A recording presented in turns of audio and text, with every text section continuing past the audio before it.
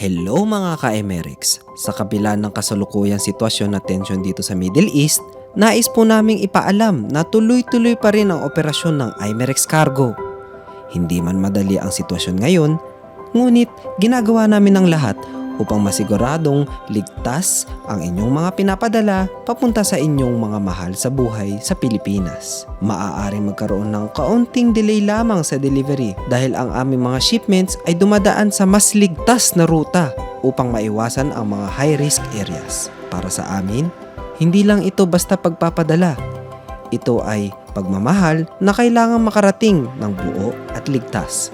Kaya no worries kabayan! We always find a way para maihatid ang inyong mga padala ng maayos kahit sa gitna ng hamon. Sabihin mo, ingat sila sa Saudi. So, mag-ingat na lang kayo dyan. I love you. Salamat sa lahat-lahat. Dahil alam ko, pinag-inapan niyo to. I love you.